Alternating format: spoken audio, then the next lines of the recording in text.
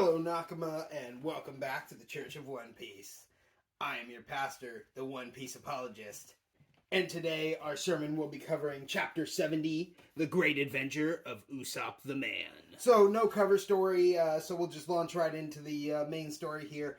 And very funny, as Zoro, Johnny, and Usopp are approaching Arlong Park, Zoro's just like, alright, nothing to do but just to charge in, start hacking away, let's go! And, just wants to charge in head first.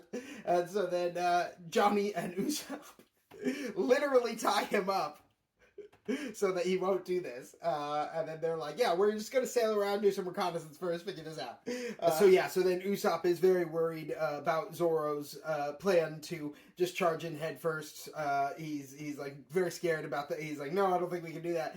So then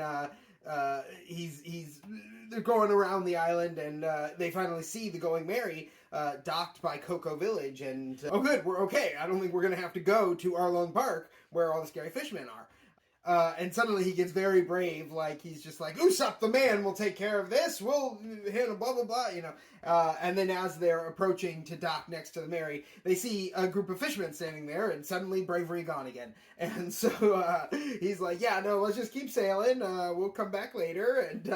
And unfortunately though, the fishermen were interested in this new boat that was passing. They're like, we don't recognize these people or this boat, let's go check it out. And so being fishermen, they just jump in the water, swim right up to the boat. And so Usopp and Johnny see them coming, and they abandon the ship and Zoro, who they've left tied up on the ship. And kind of wild, but they had to get out of there. And so then they're like, we'll miss you dearly, brother Zoro. And then they just bounce. They just abandon ship, and there you go. And in sailing away from Cocoa Village, they ended up near another village known as Gosa. And we see that all the buildings have been straight up flipped upside down, which is pretty wild. And Usopp is like, what could have done this? And Johnny's like, well, on average, fishmen are 10 times stronger than your average human. So, yeah, that's probably what flipped these houses, I do know Arlong went on a rampage here last week, So, yeah, it's pretty hardcore. And then Usopp and Johnny get separated because one of the fishermen who found Zoro on their ship has now come back to investigate the guys who jumped off or whatever. And so then Johnny hides, and Usopp's running away from the guy. And then as Usopp is running away, he gets tripped up by the kid that Nami beat down last chapter. His name is Chabo, and he tripped Usopp because he thought he was a fisherman. Due to his long nose, and he wants revenge on the fisherman for killing his father. Classic revenge story. And so then, you killed my father, not by battle lie. He's looking for the webbed-fingered man. Anyway, the point thing being that he sees Usopp's long nose and thinks that this guy must be a fisherman, and then this woman Nojiko, who is from Cocoa Village, shows up. And she's like, yeah, I get that. He doesn't really look fully human. And Usopp's just like, what the hell? Come on! It's pretty funny. And then just absolutely classic. I mean, we got a Brave Warrior of the Sea alert going on here, Usopp is running away from the fisherman, very much not wanting to fight this guy. And then now, though, there's Nojiko and Chabo, and they're there, and they need protecting. The fishermen will hurt them if Usopp just continues to run away.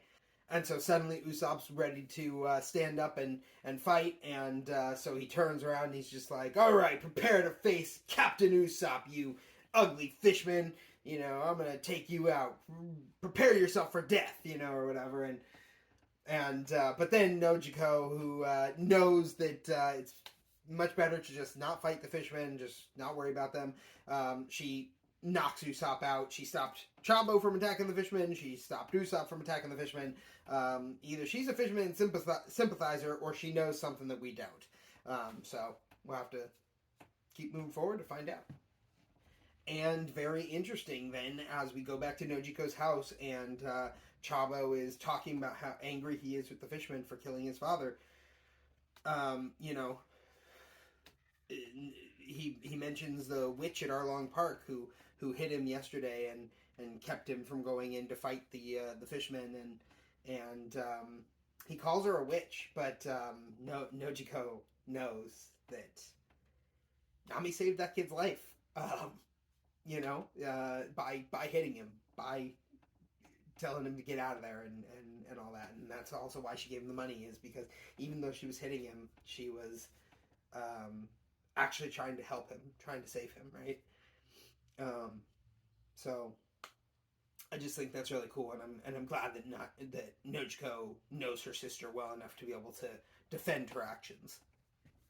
And, this kid, Chabo, he's so upset about his father, he's basically saying he's ready to throw his life away. And so Nojiko is kind of like, you know what, if you don't care if you live or die, then I don't either. Whatever, go do what you want.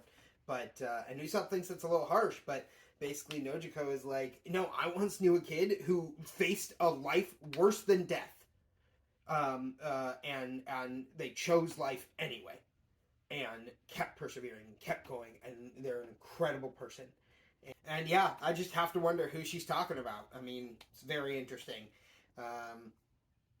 But also then she reveals that her and Nami are sisters or stepsisters. But I mean, the plot thickens, right? I'm excited. So make sure you tune in next time to find out about their familial relationship and, what's going on with Nami. Nojiko seems to know her pretty well, so I think we can get some pretty good insight from her. It's all very exciting. But until then, this has been the review for Chapter 70, The Great Adventure of Usopp the Man. And as always, One Piece be with you.